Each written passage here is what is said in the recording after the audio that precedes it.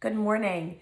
Today I'm here to read to you Chapter 9 of Harry Potter and the Chamber of Secrets, Book 2 by J.K. Rowling.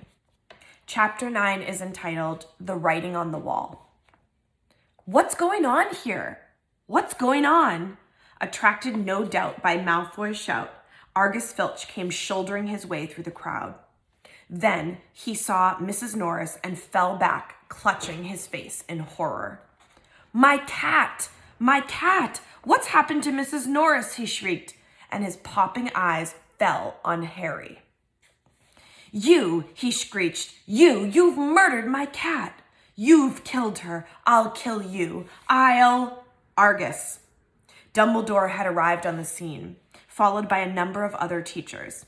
In seconds, he had swept past Harry, Ron, and Hermione and detached Mrs. Norris from the torch bracket.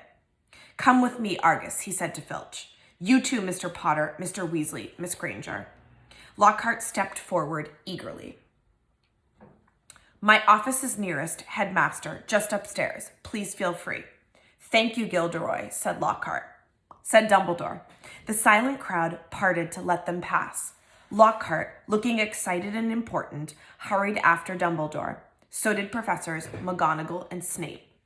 As they entered Lockhart's darkened office, there was a flurry of movement across the walls. Harry saw several of the Lockharts in the pictures dodging out of sight, their hair in rollers. The real Lockhart lit the candles on his desk and stood back. Dumbledore laid Mrs. Norris on the polished surface and began to examine her. Harry, Ron, and Hermione exchanged tense looks and sank into chairs outside the pool of candlelight, watching. The tip of Dumbledore's long, crooked nose was barely an inch from Mrs. Norris's fur. He was looking at her closely through his half-moon spectacles, his long fingers gently prodding and poking. Professor McGonagall was bent almost as close, her eyes narrowed. Snape loomed behind them, half in shadow, wearing a most peculiar expression. It was as though he was trying hard not to smile. And Lockhart was hovering around all of them, making suggestions. It was definitely a curse that killed her, probably the Mogrifian torture. I've seen it used many times. So unlucky I wasn't there. I know the very counter curse that would have saved her. Lockhart's comments were punctuated by Filch's dry, racking sobs. He was slumped in a chair by the desk, unable to look at Mrs. Norris, his face in his hands. Much as he detested Filch, Harry couldn't help feeling a bit sorry for him, though not nearly as sorry as he felt for himself. If Dumbledore believed Filch, he would be expelled for sure. Dumbledore was now muttering strange words under his breath and tapping Mrs. Norris with his wand, but nothing happened. She continued to look as though she had been recently stuffed. I remember something very similar happening in Ouagadougou, said Lockhart. A series of attacks. The full story's in my autobiography. I was able to provide the townsfolk with various amulets, which cleared the matter up at once. The photographs of Lockhart on the walls were all nodding in agreement as he talked. One of them had forgotten to remove his hairnet. At last, Dumbledore straightened up. She's not dead, Argus, he said softly. Lockhart stopped abruptly in the middle of counting the number of murders he had prevented. Not dead? Choked Filch, looking through his fingers at Mrs. Norris. But why? She's all stiff and frozen. She's been petrified, said Dumbledore. Ah, I thought so, said Lockhart. But how? I cannot say. Ask him, shrieked Filch, turning his blotched and tear-stained face to Harry. No second year could have done this, said Dumbledore firmly. It would take dark magic of the most advanced. He did it, Filch spat, his pouchy face purpling. You saw what he wrote on the wall. He found in my office. He knows I'm a... Filch's face worked horribly. He knows I'm a squib, he finished. I never touched Mrs. Norris, Harry said loudly, uncomfortably aware of everyone looking at him, including all the Lockharts on the walls. And I don't even know what a squib is. Rubbish, snarled Filch. He saw my quick spell letter. If I might speak, headmaster, said Snape from the shadows, and Harry's sense of foreboding increased. He was sure nothing Snape had to say was going to do him any good. Potter and his friends may have simply been in the wrong place at the wrong time, he said, a slight sneer curling his mouth as though he doubted it. But we do have a set of suspicious circumstances here. Why was he in the upstairs corridor at all? Why wasn't he at the Halloween feast? Harry, Ron, and Hermione all launched into an explanation about the Death Day party. There were hundreds of ghosts. They'll tell you we were there. But why not join the feast afterward, said Snape, his black eyes glittering in the candlelight. Why go up that corridor? Ron and Hermione looked at Harry. Because, Harry said, his heart thumping very fast. Something told him it would sound very far-fetched if he told them he had been led there by a bodiless voice no one but he could hear. Because we were tired and wanted to go to bed, he said. Without any supper? Said Snape, a triumphant smile flickering across his gaunt face. I didn't think ghosts provided food fit for living people at their parties. We weren't hungry, said Ron loudly as his stomach gave a huge rumble. Snape's nasty smile widened. I suggest, headmaster, that Potter is not being entirely truthful, he said. It might be a good idea if he were deprived of certain privileges until he is ready to tell us the whole story. I personally feel he should be taken off the Gryffindor Quidditch team until he is ready to be honest. Really, Severus? Said Professor McGonagall sharply. I see no reason to stop the boy from playing Quidditch. This cat wasn't hit over the head with a broomstick. There is no evidence at all that Potter has done anything wrong. Dumbledore was giving Harry a searching look. His twinkling light blue gaze made Harry feel as though he were being x-rayed. Innocent until proven guilty, Severus, he said firmly. Snape looked furious. So did Filch. My cat has been petrified, he shrieked, his eyes popping. I want to see some punishment. We will be able to cure her, Argus, said Dumbledore patiently. Professor Sprout recently managed to procure some mandrakes. As soon as they have reached their full size, I will have a potion made that will revive Mrs. Norris. I'll make it, Lockhart butted in. I must have done it 100 times. I could whip up a mandrake restorative draught in my sleep. Excuse me, said Snape icily, but I believe I am the potions master at this school. There was a very awkward pause. You may go, Dumbledore said to Harry, Ron, and Hermione. They went as quickly as they could without actually running. When they were a floor up from Lockhart's office, they turned into an empty classroom and closed the door quietly behind them. Harry squinted at his friends' darkened faces. Do you think I should have told them about that voice I heard? No, said Ron without hesitation. Hearing voices no one else can hear isn't a good sign, even in the wizarding world. Something in Ron's voice made Harry ask, You do believe me, don't you? Of course I do, said Ron quickly, but you must admit it's weird. I know it's weird, said Harry. The whole thing's weird. What was that writing on the wall about? The chamber has been opened? What's that supposed to mean? You know, it rings a sort of bell, said Ron slowly. I think someone told me a story about a secret chamber at Hogwarts once. Might have been Bill. And what on earth's a squib, said Harry. To his surprise, Ron stifled a snigger. Well, it's not funny really, but as it's Filch, he said. A squib is someone who was born into a wizarding family, but hasn't got any magic powers. Kind of the opposite of muggle-born wizards, but squibs are quite unusual. If Filch is trying to learn magic from a quick spell course, I reckon he must be a squib. It would explain a lot, like why he hates students so much. Ron gave a satisfied smile. He's bitter. A clock chimed somewhere. Midnight, said Harry. We'd better get to bed before Snape comes along and tries to frame us for something else. For a few days, the school could talk of little else but the attack on Mrs. Norris. Filch kept it fresh to everyone's minds by pacing the spot where she had been attacked, as though he thought the attacker might come back. Harry had seen him scrubbing the message on the wall with Mrs. Scour's all-purpose magical mess remover. But to no effect, the words still gleamed as brightly as ever on the stone. When Filch wasn't guarding the scene of the crime, he was skulking red-eyed through the corridors, lunging out at unsuspecting students and trying to put them in detention for things like breathing loudly and looking happy. Ginny Weasley seemed very disturbed by Mrs. Norris's fate. According to Ron, she was a great cat lover. "But you haven't really got to know Mrs. Norris," Ron told her bracingly. "Honestly, we're much better off without her." Ginny's lip trembled. "Stuff like this doesn't often happen at Hogwarts," Ron assured her. "They'll catch the maniac who did it and have him out of here in no time. I just hope he's got time to petrify Filch before he's expelled. I'm only joking," Ron added hastily as Ginny blanched. The attack had also had an effect on Hermione. It was quite usual for Hermione to spend a lot of time reading, but she was now doing almost nothing else. Nor could Harry and Ron get much response from her when they asked what she was up to.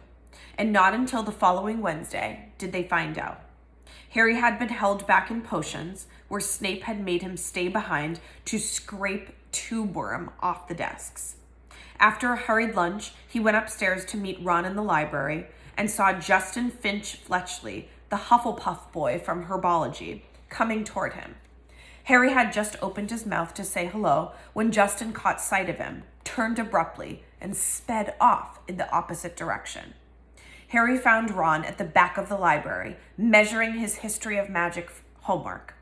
Professor Binns had asked for a 3-foot-long composition on the medieval assembly of European wizards. "I don't believe it. I'm still 8 inches short," said Ron furiously, letting go of his parchment, which sprang back into a roll. "And Hermione's done 4 feet 7 inches, and her writing is tiny." "Where is she?" asked Harry, grabbing the tape measure and unrolling his own homework. "Somewhere over there," said Ron, pointing along the shelves. "Looking for another book. I think she's trying to read the whole library before Christmas." Harry told Ron about Justin Finch Fletchley's running away from him. "Dunno why you care. I thought he was a bit of an idiot," said Ron, scribbling away, making his writing as large as possible. "All that junk about Lockhart being so great." Hermione emerged from between the bookshelves. She looked irritable and at last seemed ready to talk to them. "All the copies of Hogwarts, a History, have been taken out," she said, sitting down next to Harry and Ron, "and there's a 2-week waiting list. I wish I hadn't left my copy at home, but I couldn't fit it in my trunk with all the Lockhart books." "Why do you want it?" said Harry. "The same reason everyone else wants it," said Hermione. "To read up on the legend of the Chamber of Secrets." "What's that?" said Harry quickly. "That's just it. I can't remember," said Hermione, biting her lip. "And I can't find the story anywhere else." "Hermione, let me read your composition," said Ron desperately, checking his watch. "No, I won't," said Hermione, suddenly severe. "You've had 10 days to finish it." "I only need another 2 inches. Come on." The bell rang. Ron and Hermione led the way to History of Magic, bickering.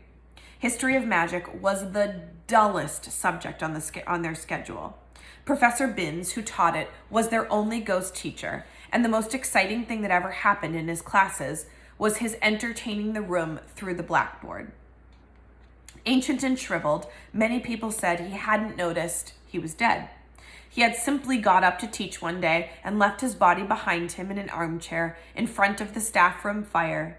His routine had not varied in the slightest since.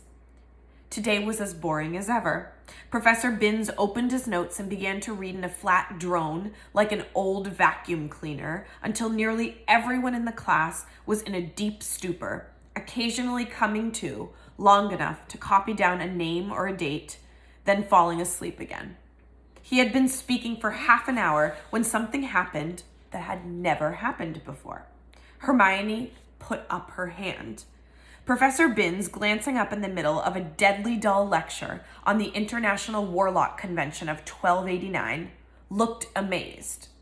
"Miss Granger, Professor, I was wondering if you could tell us anything about the Chamber of Secrets," said Hermione in a clear voice. Dean Thomas, who had been sitting with his mouth hanging open, gazing out of the window, jerked out of his trance. Lavender Brown's head came up off her arms, and Neville Longbottom's elbow slipped off his desk. Professor Binns blinked. My subject is history of magic, he said in his dry, wheezy voice. I deal with facts, Miss Granger, not myths and legends. He cleared his throat with a small noise like chalk snapping and continued. In September of that year, a subcommittee of Sardinian sorcerers. He stuttered to a halt. Hermione's hand was waving in the air again. Miss Grant? Please, sir, don't legends always have a basis in fact? Professor Binns was looking at her in such amazement, Harry was sure no student had ever interrupted him before, alive or dead. Well, said Professor Binns slowly, yes, one could argue that, I suppose. He peered at Hermione as though he had never seen a student properly before. However, the legend of which you speak is such a very sensational, even ludicrous tale. But the whole class was now hanging on Professor Binns' every word. He looked dimly at them all, every face turned to his. Harry could tell he was completely thrown by such an unusual show of interest. Oh, very well, he said slowly. Let me see, the Chamber of Secrets. You all know, of course, that Hogwarts was founded over 1,000 years ago. The precise date is uncertain, by the 4 greatest witches and wizards of the age. The 4 schoolhouses are named after them. Godric Gryffindor, Helga Hufflepuff, Rowena Ravenclaw, and Salazar Slytherin. They built this castle together, far from prying Muggle eyes, for it was an age when magic was feared by common people, and witches and wizards suffered much persecution. He paused, gazed blearily around the room, and continued. For a few years, the founders worked in harmony together, seeking out youngsters who showed signs of magic and bringing them to the castle to be educated. But then, disagreements sprang up between them. A rift began to grow between Slytherin and the others. Slytherin wished to be more selective about students admitted to Hogwarts. He believed that magical learning should be kept within all magic families.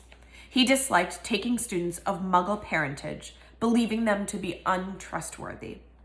After a while, there was a serious argument on the subject between Slytherin and Gryffindor, and Slytherin left the school.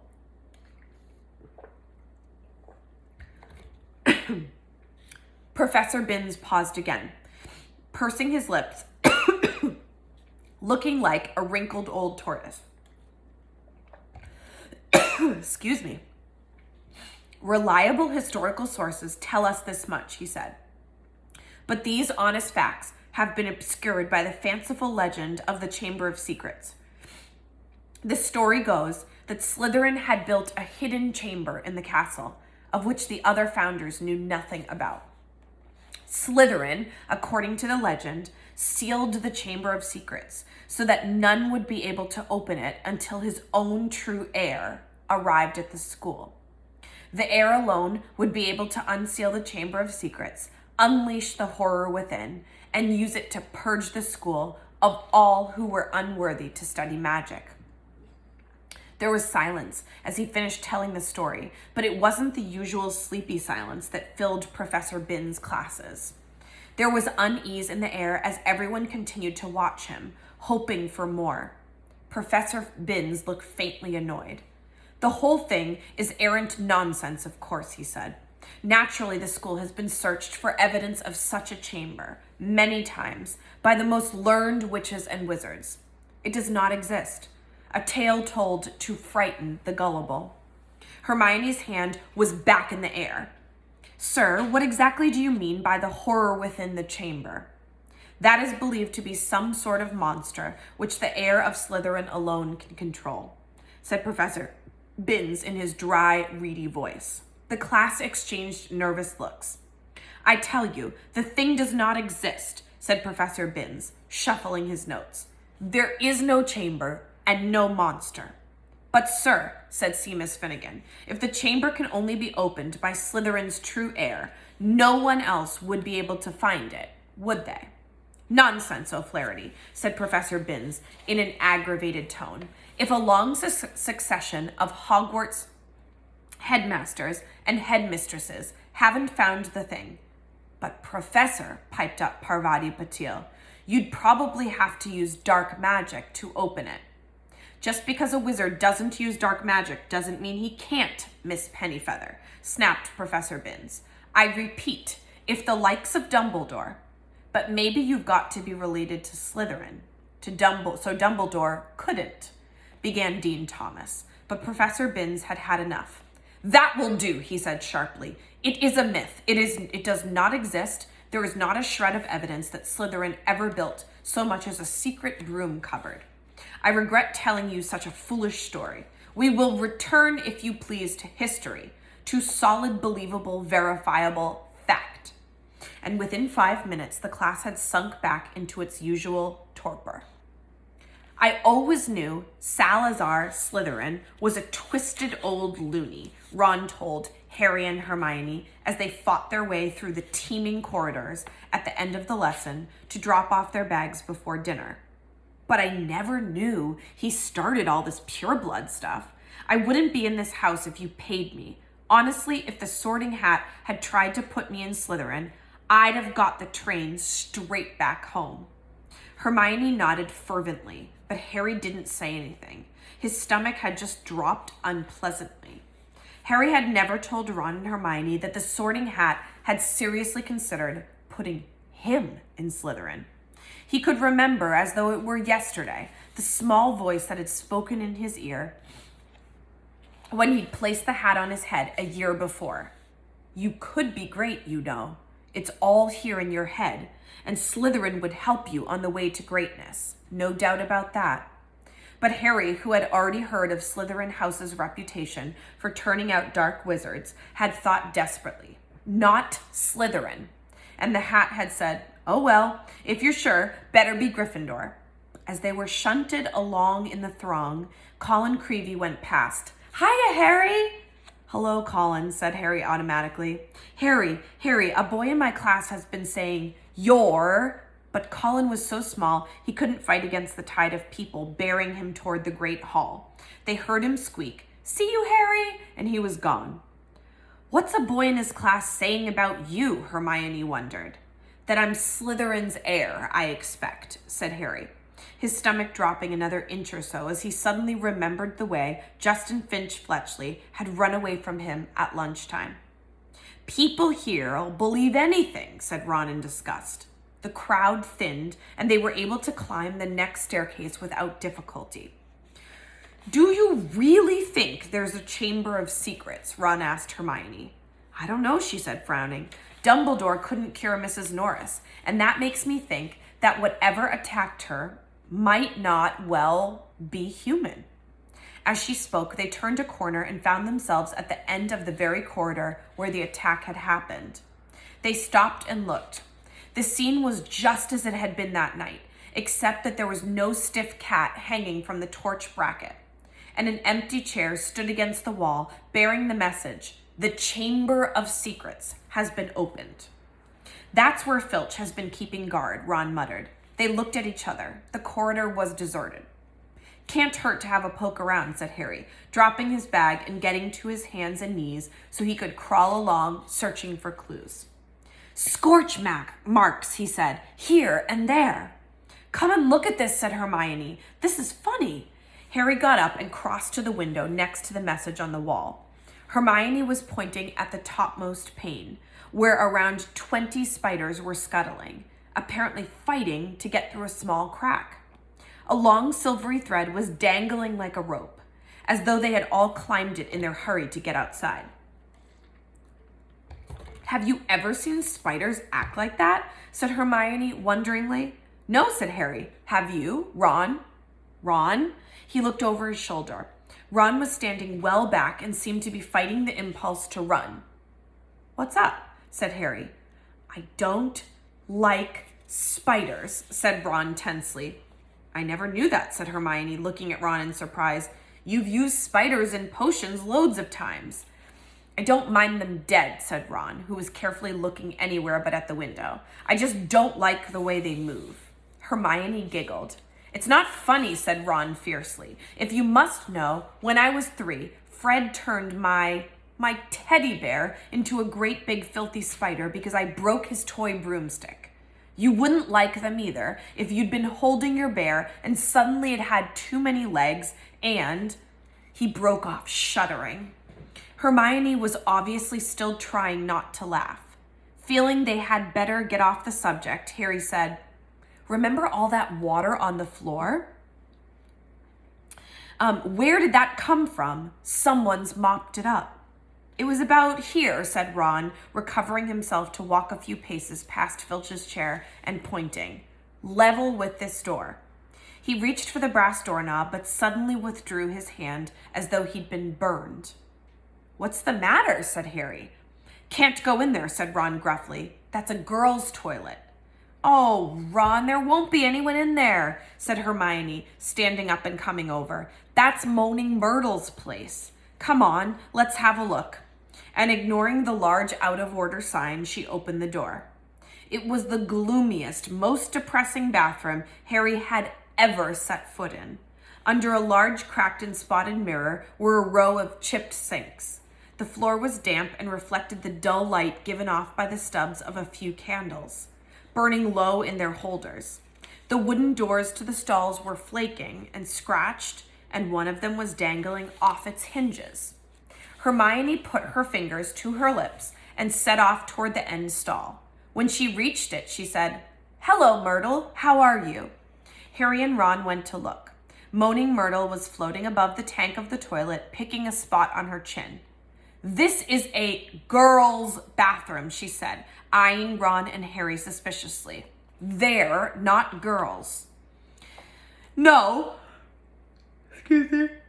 Hermione agreed. I just wanted to show them how nice it is in here. She waved vaguely at the dirty old mirror and the damp floor. Ask her if she saw anything, Harry mouthed at Hermione. What are you whispering? Said Myrtle, staring at him. Nothing, said Harry quickly. We wanted to ask. I wish people would stop talking behind my back, said Myrtle, in a voice choked with tears. I do have feelings, you know, even if I am dead. Myrtle, no one wants to upset you, said Hermione. Harry only. No one wants to upset me. That's a good one, howled Myrtle. My life was nothing but misery at this place, and now people come along ruining my death. We wanted to ask you if you've seen anything funny lately, said Hermione quickly, because a cat was attacked right outside your front door on Halloween. Did you see anyone near here that night, said Harry. I wasn't paying attention, said Myrtle dramatically. Peeves upset me so much I came in here and tried to kill myself. Then, of course, I remembered that I'm already dead, said Ron hopefully. Myrtle gave a tragic sob, rose up in the air, turned over, and dived headfirst into the toilet, splashing water all over them and vanishing from sight. Although from the direction of her muffled sobs, she had come to rest somewhere in the U-bend. Harry and Ron stood with their mouths open. But Hermione shrugged wearily and said, honestly, that was almost cheerful for Myrtle. Come on, let's go. Harry had barely closed the door on Myrtle's gurgling sobs when a loud voice made all three of them jump. Ron! Percy Weasley had stopped dead at the head of the stairs, prefect badge agleam, an expression of complete shock on his face. That's a girl's bathroom, he gasped. What were you? Just having a look around, Ron shrugged. Clues, you know? Percy swelled in a manner that reminded Harry forcefully of Mrs. Weasley. Get away from there, Percy said, striding toward them and starting to bustle them along, flapping his arms. Don't you care what this looks like? Coming back here while everyone's at dinner? Why shouldn't we be here, said Ron hotly, stopping short and glaring at Percy. Listen, we never laid a finger on that cat. That's what I told Ginny, said Percy fiercely, but she still seems to think you're going to be expelled. I've never seen her so upset, crying her eyes out. You might think of her. all of the first years that are thoroughly overexcited by this business. You don't care about Ginny, said Ron, whose ears were now reddening. You're just worried I'm going to mess up your chances of being head boy. 5 points from Gryffindor, Percy said tersely, fingering his prefect badge, and I hope it teaches you a lesson. No more detective work or I'll write to Mum. And he strode off, the back of his neck as red as Ron's ears. Harry and Ron and Hermione chose seats as far as possible from Percy in the common room that night. Ron was still in a very bad temper and kept blotting his charms homework. When he reached absently for his wand to remove the smudges, it ignited the parchment. Fuming almost as much as his homework, Ron slammed the Standard Book of Spells Grade 2 shut. To Harry's surprise, Hermione followed suit. Who can it be, though? She said in a quiet voice. Who can it be, though?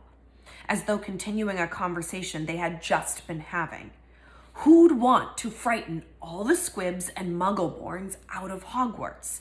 Let's think, said Ron in a mock puzzlement. Who do we know who thinks muggleborns are scum? He looked at Hermione. Hermione looked back, unconvinced. If you're talking about Malfoy... Of course I am, said Ron. You heard him. You'll be next, mudbloods. Come on, you've only got to look at his foul rat face to know it's him. Malfoy, the heir of Slytherin? Said Hermione skeptically.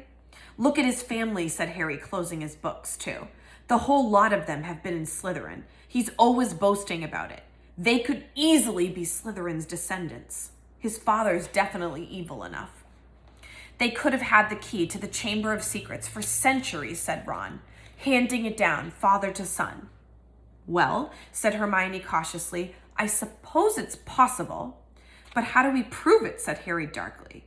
There might be a way, said Hermione slowly, dropping her voice still further with a quick glance across the room at Percy. Of course it would be difficult and dangerous, very dangerous. We'd be breaking about 50 school rules, I expect. If in a month or so you feel like explaining, you will let us know, won't you? Said Ron irritably. All right, said Hermione coldly. What we need to do is get inside the Slytherin common room and ask Malfoy a few questions without him realizing it's us. But that's impossible, Harry said as Ron laughed. No, it's not, said Hermione. All we'd need would be some polyjuice potion. What's that? Said Ron and Harry together. Snape mentioned it in class a few weeks ago. Do you think we've got nothing better to do in potions than listen to Snape? Muttered Ron. It transforms you into somebody else. Think about it. We could change into 3 of the Slytherins. No one would know it was us. Malfoy would probably tell us anything. He's probably boasting about it in the Slytherin common room right now, if only we could hear him. This polyjuice stuff sounds a bit dodgy to me, said Ron, frowning. What if we were stuck looking like 3 of the Slytherins forever? It wears off after a while, said Hermione, waving her hand impatiently. But getting hold of the recipe will be very difficult. Snape said it was in a book called Most Potent Potions, and it's bound to be in the restricted section of the library. There was only one way to get out a book from the restricted section. You needed a signed note of permission from a teacher. Hard to see why we'd want the book, really, said Ron, if we weren't going to try and make one of the potions. I think, said Hermione, that if we made it sound as though we were just interested in the theory, we might stand a chance. Oh, come on. No teacher's going to fall for that, said Ron.